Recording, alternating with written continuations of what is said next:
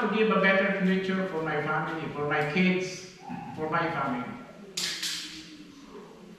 Because if it's not for the money, I am happy back in my country. Isn't it? Who's not happy with their own country, to live in our own country? I'm happy with Philippines, where I came from.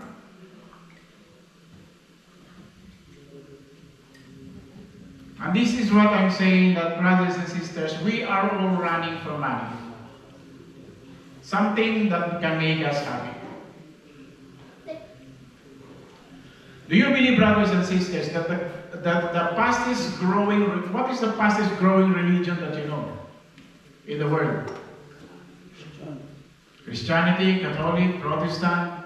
What do you think is the fastest growing religion in the world?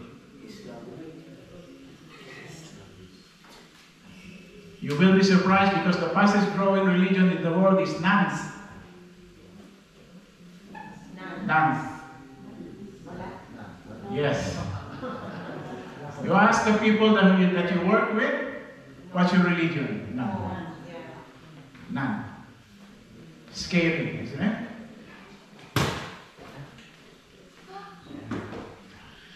It's scary, brothers and sisters. But it's true. And this is what the world is bringing us all. This world is clinging us, behind us, trying to pull us back, offering us everything, the money, the cars, the house, the holidays, everything that can make your physical body happy. But we don't even realizing, how is my inner self happy? Is it what my spirit wants? Shall I continue craving for everything this material world is offering me? Or maybe today, brothers and sisters,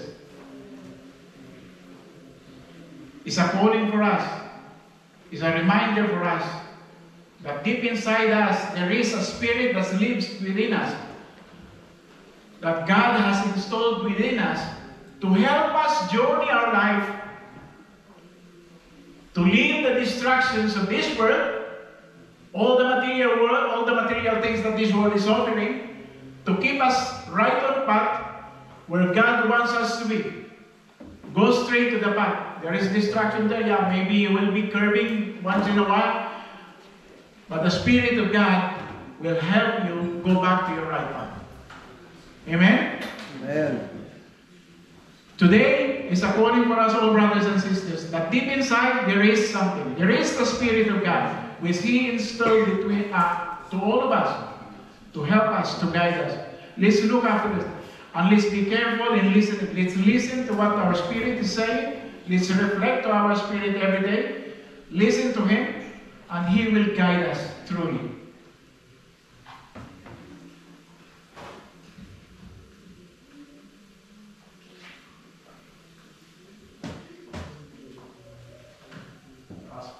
It's only now that I'm going to start my slide.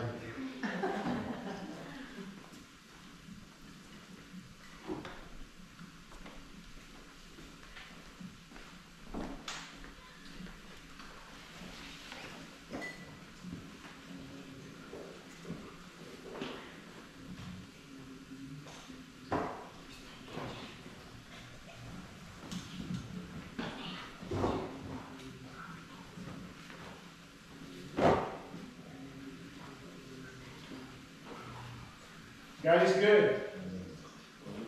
All the time.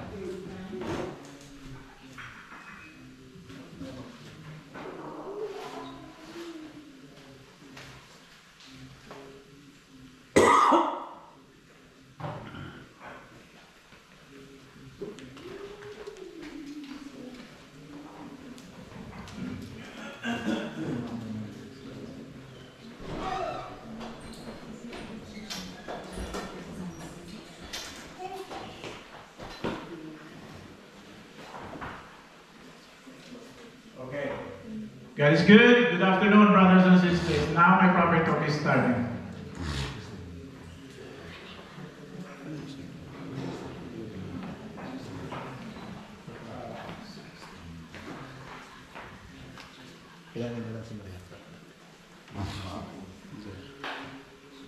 Do you know the ways the Holy Spirit works to align you?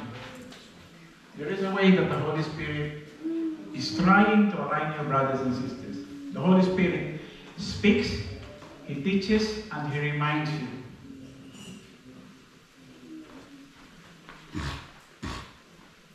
The Holy Spirit helps us to comfort and guide you. The Holy Spirit empowers you. The Holy Spirit baptizes you. The Holy Spirit grounds, prays, and intercedes for you. And the Holy Spirit bears witness. And the Spirit seals you and distributes gifts to you. So there's a lot that the Holy Spirit is doing to us, brothers and sisters, to align us to God. Para hindi tayo mawala, so we don't get lost in our journey. But the problem is, are we listening? Are we listening to the voice inside of us? Or is the distraction of the sounds outside of this world is more powerful that we can't even hear the voice of the Spirit within us?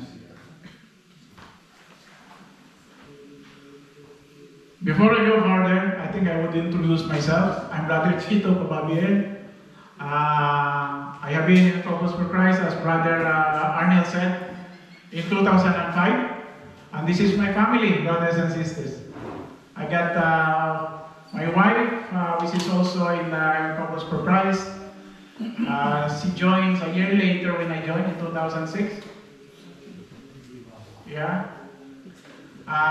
We have 3 children. I got 2 boys and 1 girl. My eldest is God's will, finishing university this July. And my daughter, the second one, is currently in the uni. And my youngest is in A level. And all my children are on the Youth for Christ. So our family is actually in the community, and we are happy serving and learning the ways of God in our family. My talk is about empowered by the Holy Spirit. But you will receive the power when the Holy Spirit comes upon you. And you will be my witness in Jerusalem, throughout Judea, Samaria, and to the ends of the earth.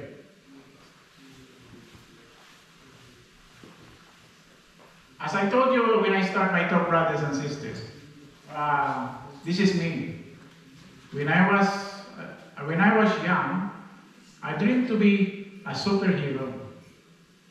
Yeah? I want to be like Superman in the top left corner. I want to be an Iron Man. I want to be a Spider-Man. Why? Because I want power. I did ask it first before I start my talk. I want power. I want to fly. Who doesn't want to fly? I want power. I want strength like Superman. No? I want Iron Man. Don't break his bone. I want Spider-Man. I want to jump from building to building.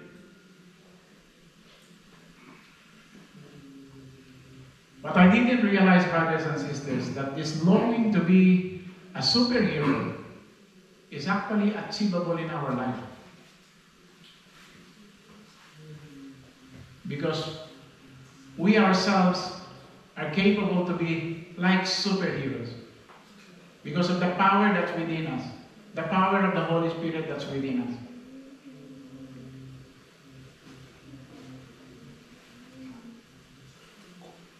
Why do you think Christians today looks weak and lifeless, brothers and sisters? It lacks powers and effectiveness. Why do you think it is? Do you see the younger generation today? When you look at them, they look tired all the time. They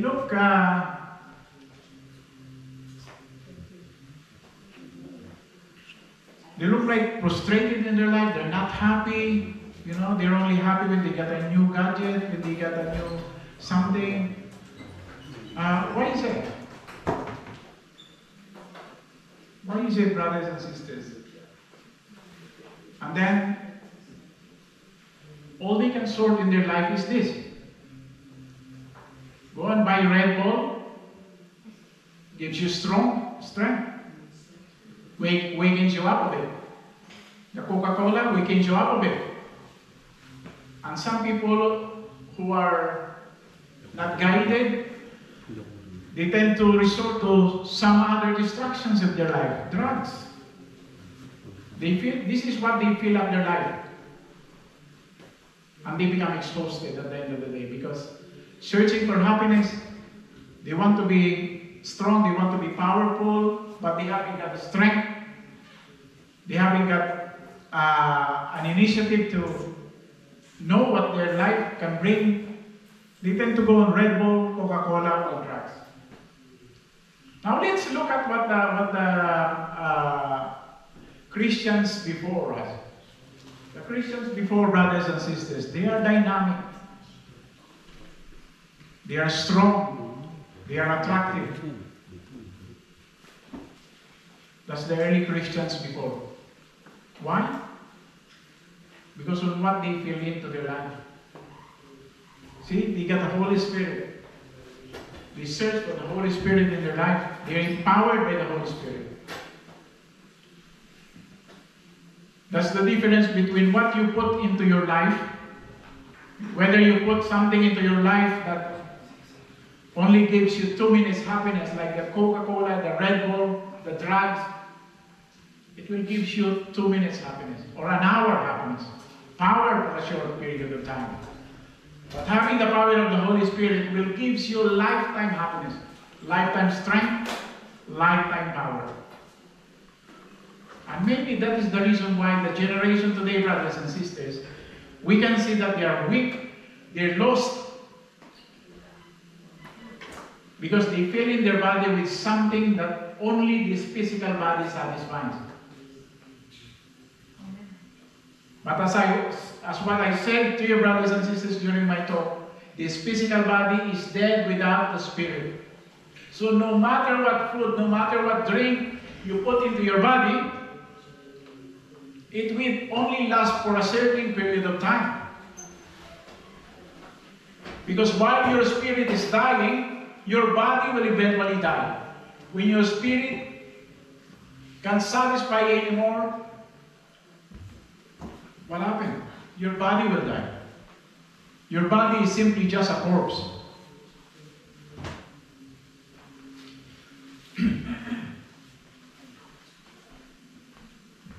Who is the Holy Spirit, brothers and sisters? Who is the Holy Spirit? Anyone?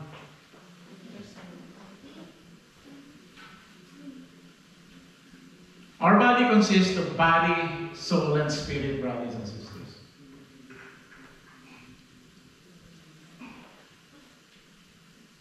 I want you to repeat after me, for you to understand what consists yourself. I am a spirit,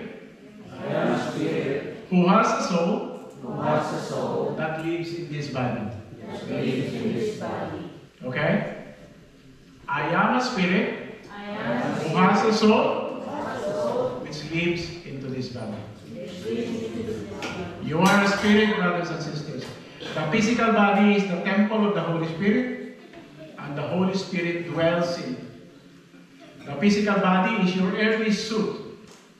This is just a suit.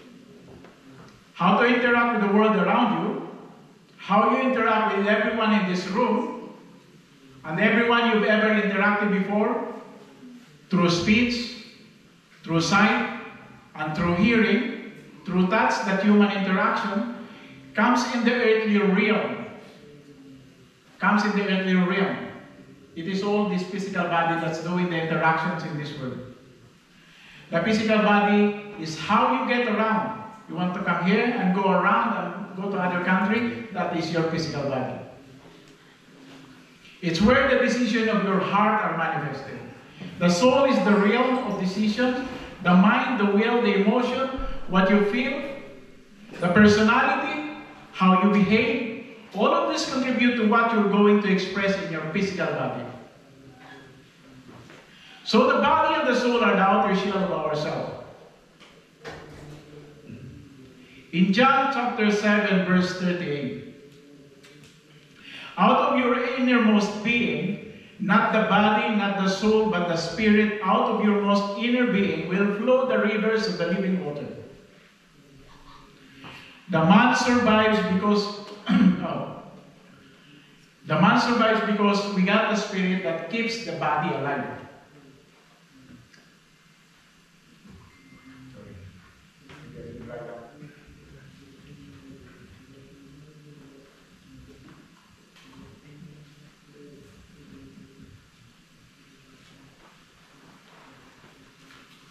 We normally say, fill me, Holy Spirit, yet we insist on being filled with ourselves. True? Fill me, Holy Spirit, but we fill ourselves with something else.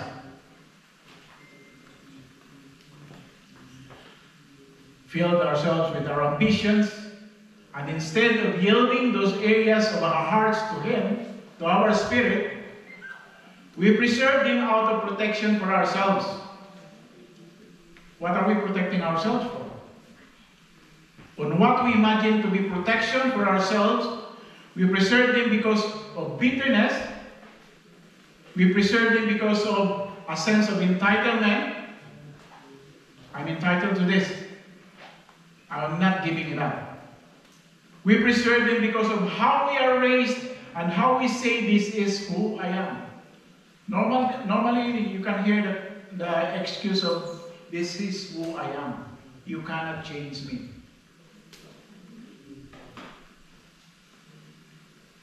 This is how I was raised. This is how I was brought up. This is how I was trained to think. And what begins to happen is, we begin to stifle the moment of the Holy Spirit. The Holy Spirit would like to change us, to mold us. But we fight against it.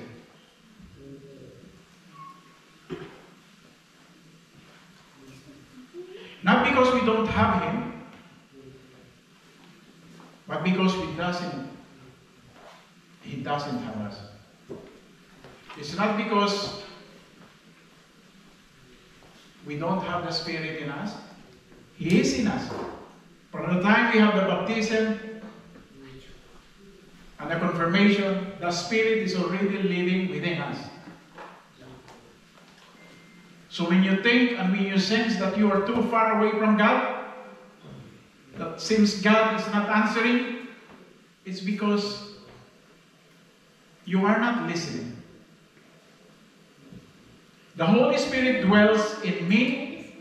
Out of your spirit, out of your innermost well-being will flow the rivers of the living water.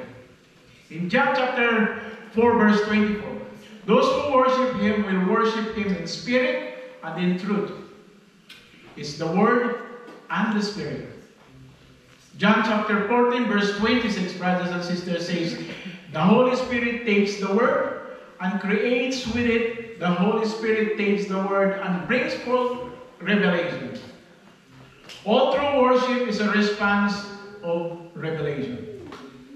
If it is not a response to revelation, it is a performance and not a worship. Amen? So what are we doing? Are we worshiping? Or are we making performance? Who are we worshiping? Are we worshiping our brothers and sisters? Or are we worshiping the innermost inside of us, the Holy Spirit that lives within us? People pray from outer shell. They worship and they try to work out in the flesh. They are trying to accomplish in the Spirit, not realizing that they are just exhausting themselves. Do you know, brothers and sisters, that persistent prayer is not you persuading God. You are not persuading God on your persistent prayer. Persistent prayer does not change God's will. God has got a plan for you. By the time before you were born, God has already had a plan for you. This is what you're going to live your life. So He knows what's best for us. So when you pray, what do you pray? God, give me a new car. God, allow me to buy this new house. But it's not going to change what God has planned for you in your life. Because God has already made a better plan for that. Maybe that house will not bring good happiness or good things for you. You may not have it. Persistent prayer doesn't change God. Persistent prayer does not change God's will. Persistent prayer puts you into God's will. How is that? When you pray, do you think you would change God's will in you? No, He's not going to change His will in you.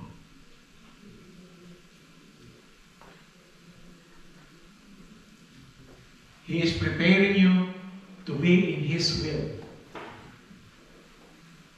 God is not moved by our emotions. God is moved by your faith, by our faith, by faith, brothers and sisters.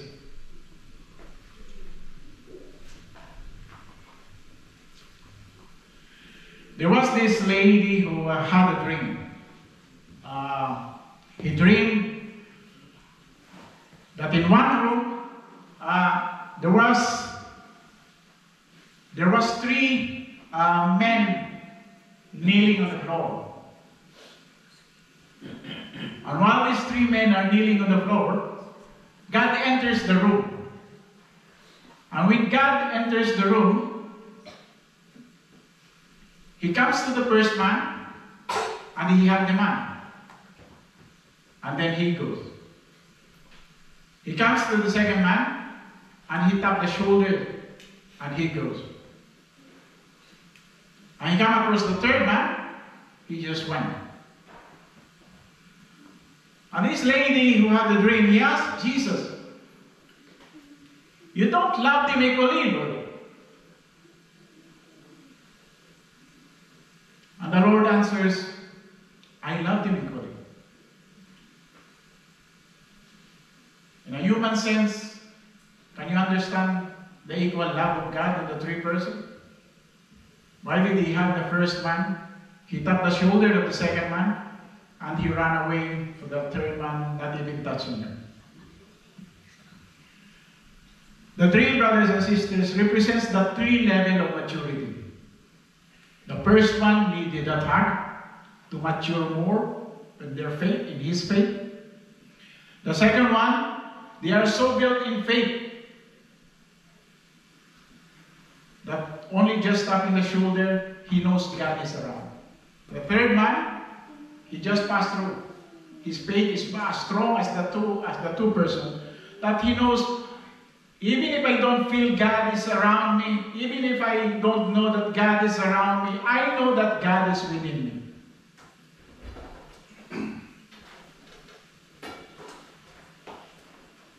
I am not praying, brothers and sisters, to connect with God.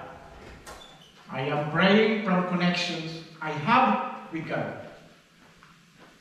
Because I got the Spirit which God has given me, I am connected to His Spirit, and I am with Him. Amen? Amen.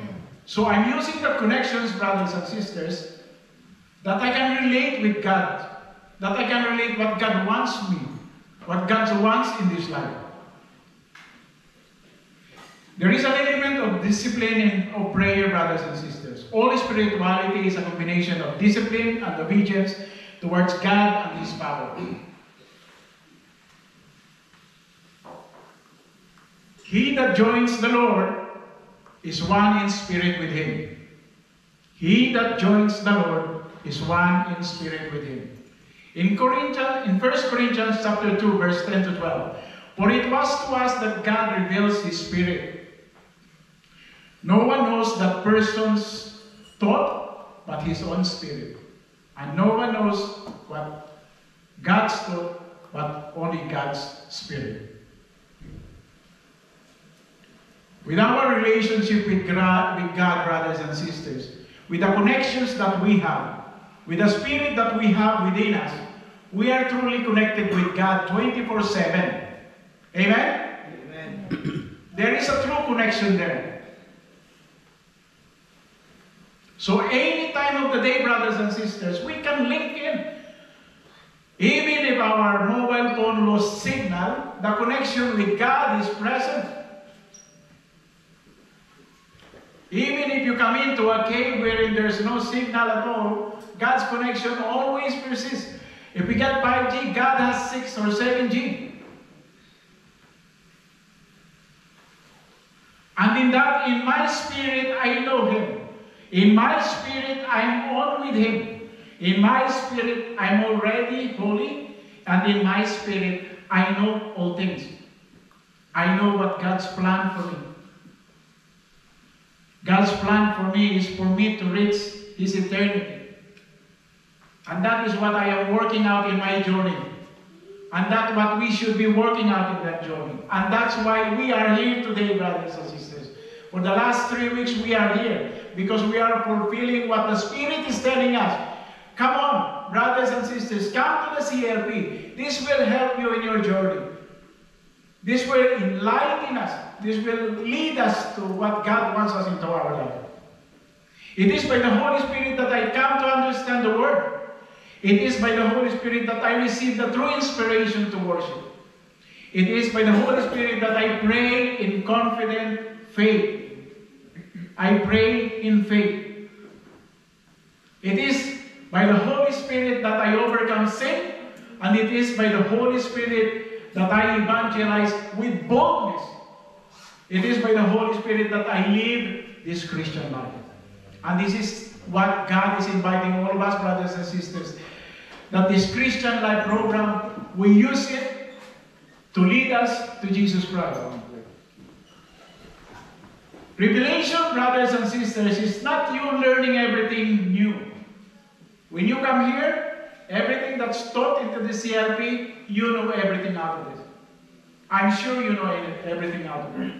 Every teachings you already know, you know it in your spirit. Revelation is not receiving a new knowledge. Revelation is that when that I already knew in my spirit is manifested in my understanding. Amen? Amen. Revelation is that when that I already knew it in my spirit, it is manifested in my understanding. Not by your spirit inside, manifested in your thought, in your mind, and understanding it, and expressing it with your body. Fulfilling God's will in us. The truth is already in you. That's why when I'm talking this, brothers and sisters, something is clicking. Meron? Something is clicking. This is spirit to spirit. My spirit talking with God's spirit, that connection's never been undone. That connection's never been hindered. Have you experienced, brothers and sisters, to come and pray to God, get the connections that you want with God, to relate with Him, and not just saying anything. Not just saying anything. Don't say anything. You just there. Your physical self, your physical mind is trying to tell you, ask God what you want, ask God what you want. And then you started praying, Lord, this is what I want. I want a healthy life. You ask everything. But have you tried being with God's presence, brothers and sisters? Not saying anything, just be there present with God. Listen to what God would say. And your spirit is connecting with Jesus Christ. And your spirit is connecting with the Holy Spirit, and they link and they understand each other. Anyone has tried to experience that, brothers and sisters? Because in that sense, God knows everything that you need in your life. He knows what you want, and He knows what your spirit wants.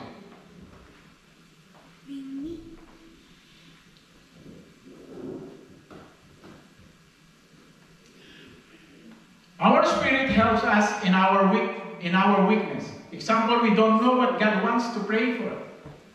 I don't know what to pray. I don't know what to say. I don't know what to pray. But the Holy Spirit prays for us. with groaning that cannot be expressed in words. Let the Holy Spirit praise for you. And not your mind and not your heart telling and asking God, this is what I want. Because your Spirit that lives within you knows better what you need for yourself when He is connected with God.